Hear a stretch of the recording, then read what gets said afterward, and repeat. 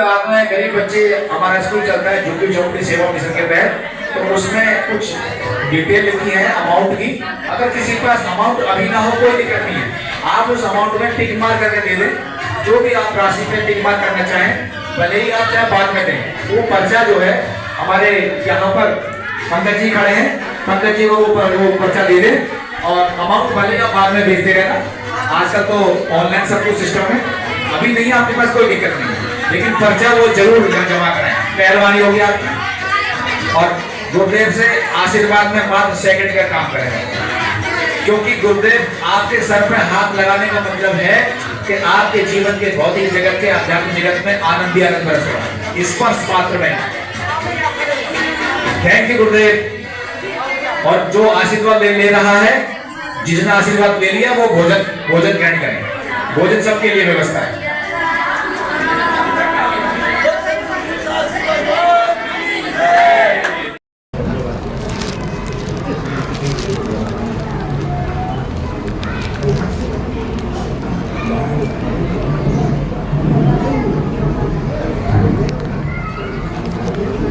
कुछ बुनियादी बातें आपसे कहना चाहता हूँ। कई बार ऐसा होता है कि हमारी कई परंपराएं बहुत पहले प्राचीन काल में शुरू हुई और आज तक वह चली आ रही है समाज के द्वारा।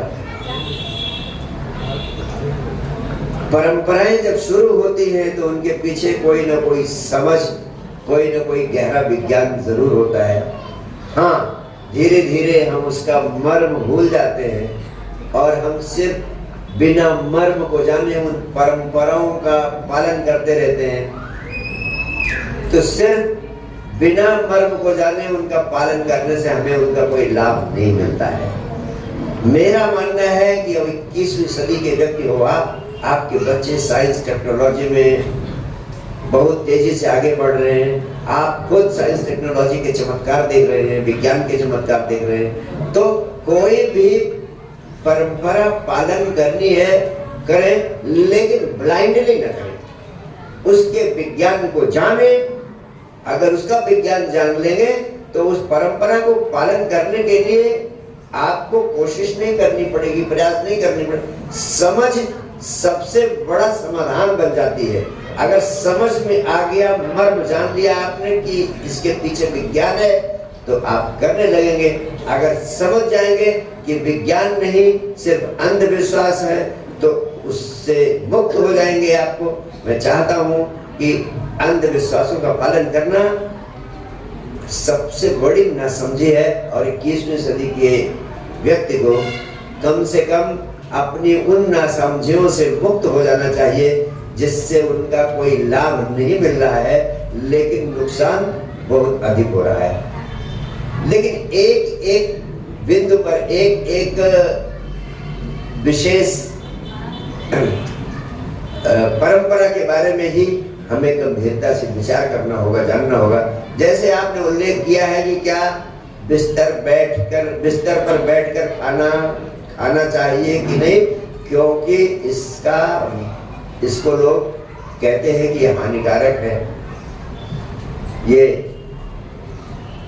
एक ऐसी आदत है जो आपको कई दृष्टियों से नुकसान पहुंचाती है। कुछ लोग इसको अंधविश्वास मानकर इसका पालन नहीं करते हैं, लेकिन वे इसके मर्म को जानने की चेष्टा नहीं करते।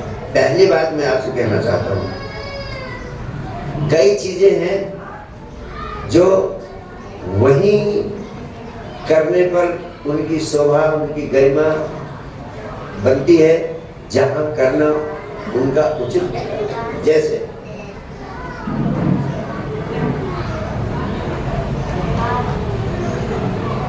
अगर आप भोजन पर बैठकर खाना खाते हैं, अगर आप बिस्तर पर बैठकर खाना खाते हैं, तो बिस्तर वास्तव में किस लिए बना है? खाना खाने के लिए तो नहीं बना है। बिस्तर बना है जब आप विश्राम पूर्ण अवस्था में होते हो, जब आप आनंद भाव में उन क्षणों का आनंद लेने जा रहे हैं जो बिस्तर पर विश्राम की अवस्था में मिलते हैं।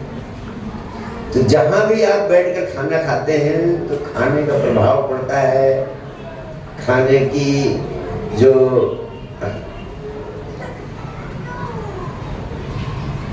खाने का जो कुछ भी असर पड़ता है वहाँ के वातावरण पर, वो रसोई का असर जो बेडरूम में आता है, निस्संदेह इसके एस्ट्रोलॉजिकल रीजंस भी बहुत हैं, जिसको राहु और शुक्र और शयन कक्ष से समझा जाता है। लेकिन मैं वैसे ही वैज्ञानिक दृष्टि से कह रहा हूँ, खाना खाने का काम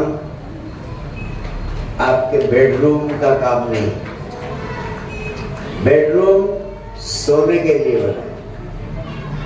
जब आप सोने की भाव दशा में हैं, अपने जीवन साथी के साथ प्रेमपूर्ण क्षणों में विश्राम की अवस्था में होने को है, वो बेडरूम पूरी तरह से एक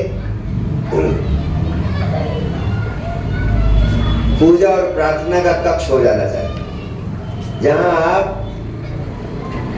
बढ़िया अच्छी सुगंध हो, बढ़िया अच्छा माहौल हो, और उस प्रकार के एम्बियंस में जब आप विश्राम पूर्ण होते हैं, वहां पर खाना खाएं या कोई अन्य कार्य करें जो विश्राम के लिए कंड्यूसिव नहीं है, वो अच्छा नहीं है, शुभ नहीं है।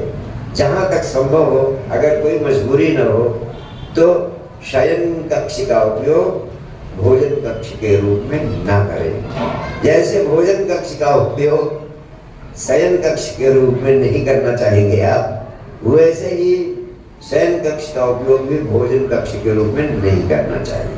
99% ना ही करिए। अगर संभव नहीं है, मजबूरी है, उसकी बात दूसरी है।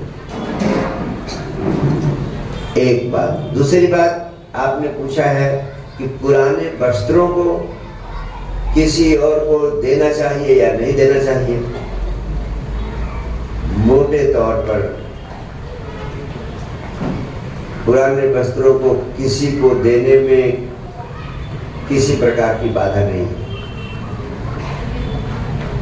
हाँ, कुछ विशेष परिस्थितियों में एस्ट्रोलॉजिकल रीजन से, ज्योतिषीय कारणों से किसी व्यक्ति के लिए ऐसा करना विपरीत परिणाम देता है, लेकिन 100 में 1% के लिए ऐसे उसके ग्रहों के प्रभाव होते हैं कि अगर वो अपने कपड़ों को किसी को देगा, मुफ्त में देगा, तो उसको उसके ऊपर विपरीत प्रभाव पड़ेगा। और ये मान्यता बड़ी साइंटिफिक है, इस पर मैंने काफी शोध किया है, इसलिए सबके लिए नहीं, लेकिन thanks for watching. Search India 24 news पर बने रहें। अगले सेगमेंट में हम आपको दिखाएंगे कुछ और महत्वपूर्ण खबरें।